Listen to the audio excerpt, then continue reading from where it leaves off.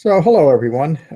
Today's talk is on the meaning of becoming, as the Buddha teaches that. It's a very misunderstood and misapplied word. I think mostly because the translations don't put the modifier after becoming. In other words, they don't describe what that means. But that was there was even some confusion during the Buddha's time.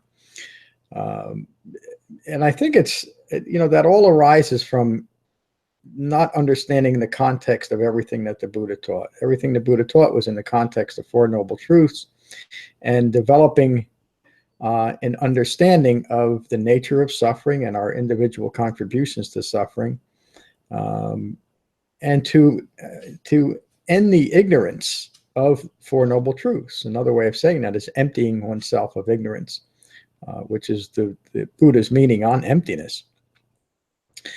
So that notion of becoming, when it's taken out of context, can lead to any type of imaginary plane that we're hoping to establish through Dhamma practice, and none of those are usually helpful, and they usually just reaffirm the conditioned or ignorant views. This is my Wednesday talk on this. All this week, beginning last Saturday, at our center in Frenchtown, I'm giving talks based on three separate suttas: the Loka Sutta, the Bhava Sutta, and the Mula Sutta, which all relate to the idea of becoming. But all of that relates back to what the Buddha awakened to, dependent origination. And so I just want to review that as laying the foundation for this brief talk. So the Buddha awakened to the understanding that it is ignorance of Four Noble Truths that through 12 observable causative links, all manner of suffering arises. And that's presented in quite a few different suttas in different contexts, most notably in the Paticca Samuppada Vibhanga Sutta. And let me just review that. So it begins with ignorance. The Buddha states, from ignorance as a requisite condition comes fabrications. So dependent origination is probably the most wildly misunderstood and misapplied teaching of the Buddha.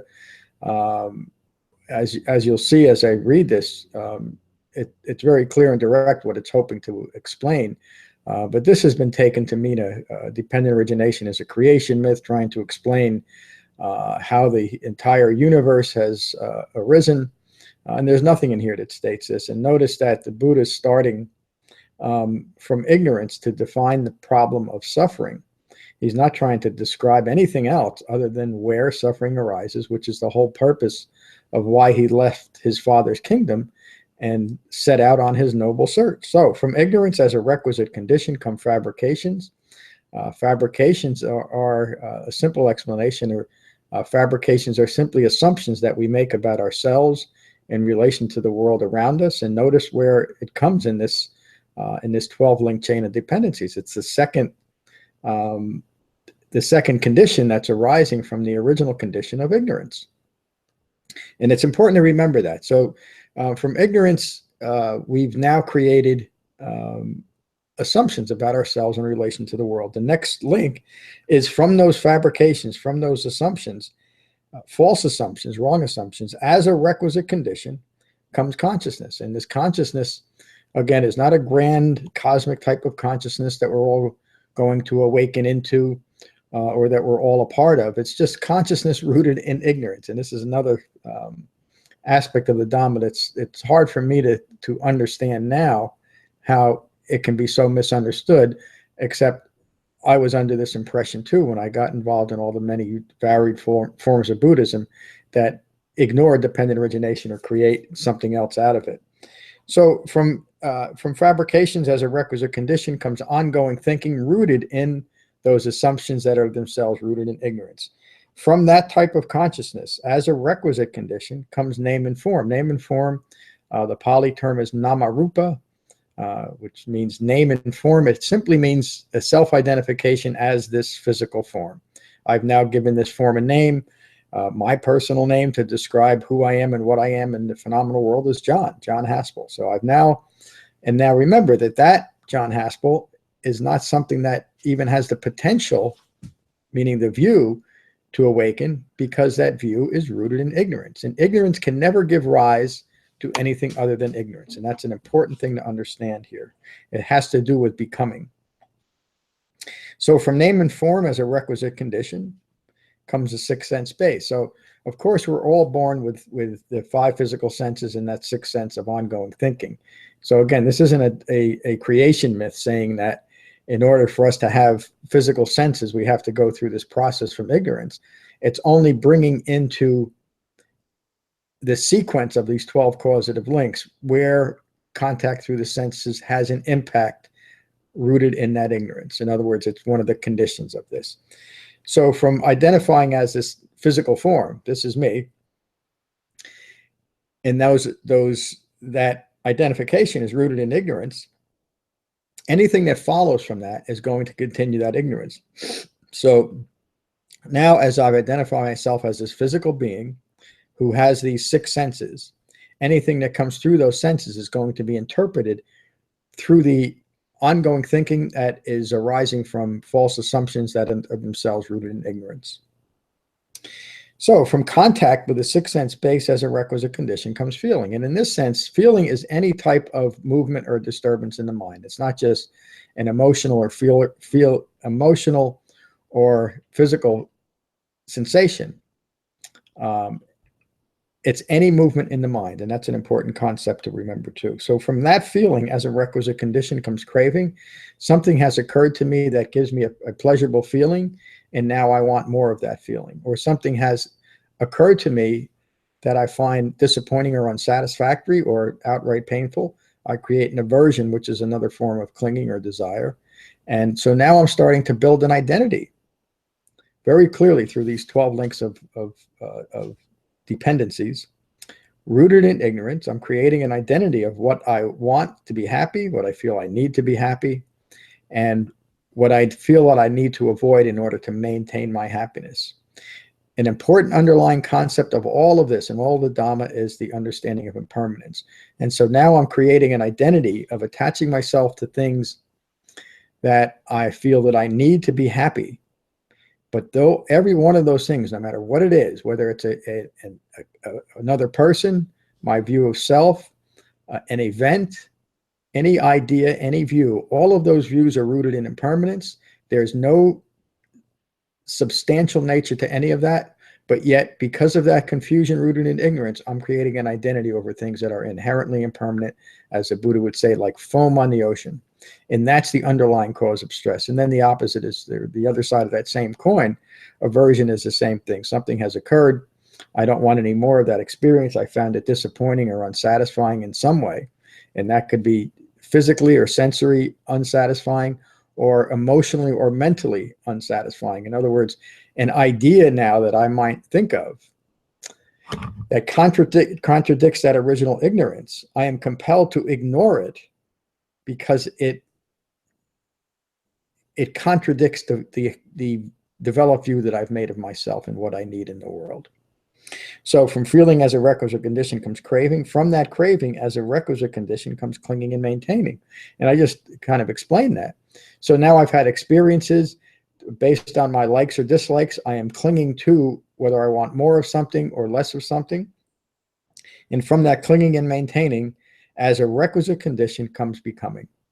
And so in this sense, that reference to becoming is what I've caused to become, or what I've caused myself to become in this moment, which is an ongoing experience of suffering rooted in ignorance of Four Noble Truths. Ignorance has led to a person becoming ignorant of what's occurring around them. So when the Buddha describes awakening and the use of emptiness, it is to empty oneself of that ignorance. That's why the Eightfold Path is here, to develop a profound understanding of Four Noble Truths. And that's the true meaning of becoming. And there's other aspects depending on the context and what we're teaching, but ultimately it leads to the potential that each moment holds. And that'll become a little bit more clear in a moment. From becoming as a requisite condition comes birth. So the Buddha is not just talking about a physical birth in this lifetime or a future physical birth after this physical death, although that's an underlying but not entirely important concept. What's most important is to be mindful of what we're giving birth to in this moment. And if in this moment we are maintaining ignorant views, ignorance of Four Noble Truths, we can only give birth to another moment rooted in that ignorance and prone to confusion, delusion, and suffering. And now we're getting to the heart of becoming. If we developed through the Eightfold Path true wisdom, meaning we understand the nature of suffering, we understand our own contributions through craving and clinging to that ongoing suffering, then through the refined mindfulness rooted in concentration developed in shamatha vipassana meditation, we can begin to incline our minds towards awakening. And that points to the potential of each moment. And let me just read the last link now of Dependent Origination. From birth as a requisite condition comes aging, sickness, death, sorrow, regret, pain, distress, and despair. The Buddha would further include in his definition of dukkha, not getting what is wanted is dukkha, getting what is not wanted is dukkha. And then he would conclude that with saying, in short, the five clinging aggregates are dukkha, or ongoing suffering. So the five clinging aggregates are beyond the scope of this talk. I talk about them often, but a simple explanation of the five clinging aggregates is the five clinging aggregates describe the personal experience of suffering, and it's suffering rooted in ignorance. So now this notion of becoming. Notice how the 12-link chain of dependencies took us from ignorance through those 12 conditions, ending up in suffering, which the Buddha described in the First Noble Truth, that suffering occurs, or dukkha occurs, as a consequence of having a human life in this impermanent world. Dukkha occurs. So the solution to dukkha then is to end ignorance, or empty ourselves of ignorance. And as we develop the Eightfold Path, we can begin to incline our minds away from that mind of ignorance to a mind that is imbued with wisdom. So in other words, for an ignorant mind is a conditioned mind. When the Buddha awakened, he considered for another 2 weeks or so if it was possible to teach what he learned to other human beings in a way that would be meaningful, in a way that would make his own life meaningful. In other words, should he even embark on this teaching career, and understanding that if there was no way to overcome what he understood as conditioned thinking, the common human problem, if there was no way to overcome that, it's just a waste of time, and he would simply stay where he was. Over the period of 2 weeks, he realized, and there's a whole metaphorical legend of a Brahmin coming down from heaven and telling the Buddha that if there was even a speck of dust in a few people's eyes, then you should get up and teach. Of course, I take all of those metaphorical as simply something that arose in the Buddha's own mind. So he came to the understanding that there was a way of teaching the nature of the arising of suffering and individual contributions to suffering rooted in ignorance. There was a way to overcome that common human problem of conditioned thinking, and that was the Eightfold Path. That's the sole reason why he presented the path, and it's the only path that the Buddha ever taught to overcome that problem of ignorance that contributes to 12 observable links to all manner of confusion, delusion, and suffering. So that leads to really the point of the Dhamma, and the point of my talk, and the whole point of the refined mindfulness that's developed and supported by concentration in a true and effective meditation practice. And that is to point to the potential that each moment has. Each moment in our lives holds the potential to continue ignorance through continuing to ignore Four Noble Truths, or to engage in the Eightfold Path and to develop wisdom so that we can, as the Buddha put it, in relation to himself and all other human beings that would do the same, to become rightly self-awakened by emptying ourselves of ignorance, by becoming awakened. There's a new book that I've just published. I'm still in the proofing stage. It's called Becoming Buddha, and that's exactly what it points to. Through developing the Buddha's Dhamma, we are able to do exactly what he taught, and that is to become Buddha. Buddha, in this sense, does not refer to the individual who first did it, but to that quality of mind of an awakened human being, of becoming Buddha. And that's the meaning of the Buddha's becoming. In each moment, we can either become increasingly more and continually ignorant, or we can become awakened. And that's the true meaning of becoming. On my website, there's an article called Becoming Explained -3 Suttas. And in that sutta, there's a three, in that article, there's the 3 suttas that I mentioned earlier. And there'll also be 3 talks that I've given at my center in Frenchtown. There's one now. I'll put up another in just a short while this afternoon. And this will be on my podcast too.